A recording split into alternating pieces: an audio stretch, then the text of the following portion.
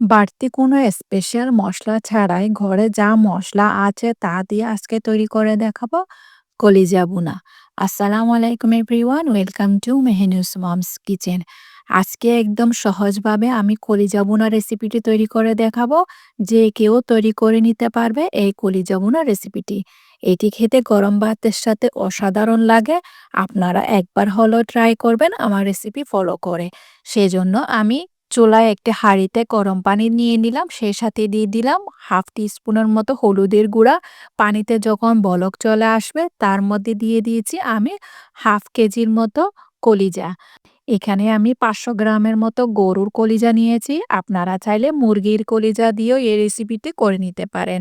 10 মিনিটের মতো সেদ্ধ করে নিয়েছি। সেদ্ধ করার পর পানি ছেঁকে আমি ভালো করে ধুয়ে নিয়েছি। কলিজার একটি গন্ধ থাকে, এটি চলে যাবে। কলিজা ভুনা রান্না করার জন্য হাফ কাপ তেল নিয়ে নিয়েছি। সে সাথে কিছু গরম মসলা নিয়ে নিলাম, তেজপাতা, এলাচি, লবঙ্গ, গোলমরিচ এবং দারুচিনি। এবার 1/4 কাপের মতো পেঁয়াজ বাটা দিয়ে দিয়েছি। পেঁয়াজ বাটা দিয়ে ভালো করে গরম মসলার সাথে আমি তেলে ভেজে নিয়েছি। এবার 1 টিস্পুনের মতো রসুন বাটা দিয়ে দিয়েছি। 1 টিস্পুনের মতো আদা বাটা দিয়ে দিলাম। আদা এবং রসুন বাটা দিয়ে ভালো করে তেলে ভেজে নিয়েছি, যেন কাঁচা গন্ধ চলে যায়। যতক্ষণ না পর্যন্ত কাঁচা গন্ধ চলে যায় ততক্ষণ না পর্যন্ত কষিয়ে নিতে হবে। হাফ টি স্পুনের মতো হলুদ গুঁড়া দিয়ে দিয়েছি। 1 টিস্পুনের মতো মরিচের গুঁড়া দিয়ে দিলাম। সেই সাথে দিয়ে দিলাম 1 টিস্পুনের মতো জিরা গুঁড়া, 1 টিস্পুনের মতো ধনে গুঁড়া। সেই সাথে দিয়ে দিলাম পরিমাণ মতো লবণ। লবণ আপনাদের স্বাদ মতো দিয়ে দিবেন। এবার দিয়ে দিলাম সামান্য পরিমাণ পানি, যেন মসলা পুড়ে না যায়। এবার সামান্য পরিমাণ পানি দিয়ে ভালো করে পানির সাথে মসলা কষিয়ে নিয়েছি।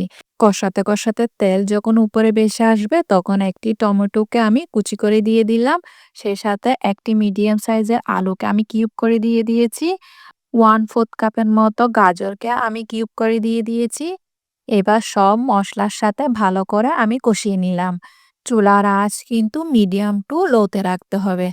কষানো হয়ে আসলে এর মধ্যে দিয়ে দিব আমি সেদ্ধ করা কলিজার টুকরাগুলা।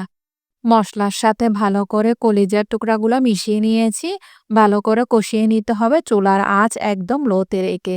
যত বেশি মসলার সাথে কলিজা ভুনাগুলা কষাবেন তত বেশি এটি খেতে হয় অসাধারণ। এবার যখন কষিয়ে আসবে কলিজাটা তখন আমি দিয়ে দিব 1 কাপের মতো পানি।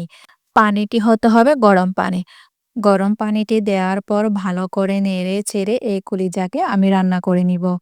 চুলার আঁচ লোতে রেখে এই কলিজাকে আমি 10 থেকে 15 মিনিট ঢাকনা দিয়ে রান্না করে নিয়েছি। কলিজা যখন সেদ্ধ হয়ে আসবে তখন আমি চেক করে নিয়েছি পুরোপুরি সেদ্ধ হয়ে গিয়েছে। এখানে যদি মনে হয় আপনার আরেকটু পানি দেওয়ার দরকার তাহলে আপনারা পানি ইউজ করবেন। এখানে আমি আর কোনো প্রকার পানি ইউজ করব না। আমি এইভাবেই রেখে দিব। এর মধ্যে আমি 1 টিস্পুন গরম মসলার গুঁড়া দিয়ে দিয়েছি। সে সাথে দিয়ে দিব হাফ টিস্পুন আমার ভাজা জিরার গুঁড়া। এবার এর মধ্যে দিয়ে দিব একটি মিডিয়াম সাইজের পেঁয়াজকে কিউব করে। এবার সব উপকরণ ভালো করে আমি একবার মিশিয়ে নিয়েছি।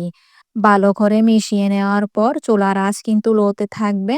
যখন পেঁয়াজ নরম হয়ে আসবে তখন এর মধ্যে দিয়ে দিয়েছি 3-4টি কাঁচামরিচকে ফালি করে। 2 টেবিল স্পুনের মতো ফ্রেশ ধনেপাতা দিয়ে দিলাম। এটি অপশনাল। ফ্রেশ ধনেপাতা দেওয়ার কারণে কলিজা ভুনার রেসিপিটি হয় একদম অসাধারণ। বাস এভাবে তৈরি হয়ে গেল আমার কলিজা ভুনা রেসিপিটি। একদম সহজ উপায়ে আজকে দেখিয়ে দিলাম। আমার রেসিপি যদি ভালো লেগে থাকে তাহলে ফ্রেন্ডস অ্যান্ড ফ্যামিলির সাথে অবশ্যই শেয়ার করবেন। এবার চুলার আঁচ বন্ধ করে দিয়ে আমি এটাকে ঢেকে রেখে দিয়েছি। আমি একটি সার্ভিং ডিশে নিয়ে আপনাদেরকে ডিশ আউট করে দেখিয়ে দিলাম। গরম ভাত বা পরোটার সাথে অবশ্যই এই রেসিপিটি ট্রাই করবেন। তাহলে আজকে এ পর্যন্ত, দেখা হচ্ছে নতুন আরেকটি রেসিপি নিয়ে। সে পর্যন্ত সুস্থ থাকবেন, ভালো থাকবেন।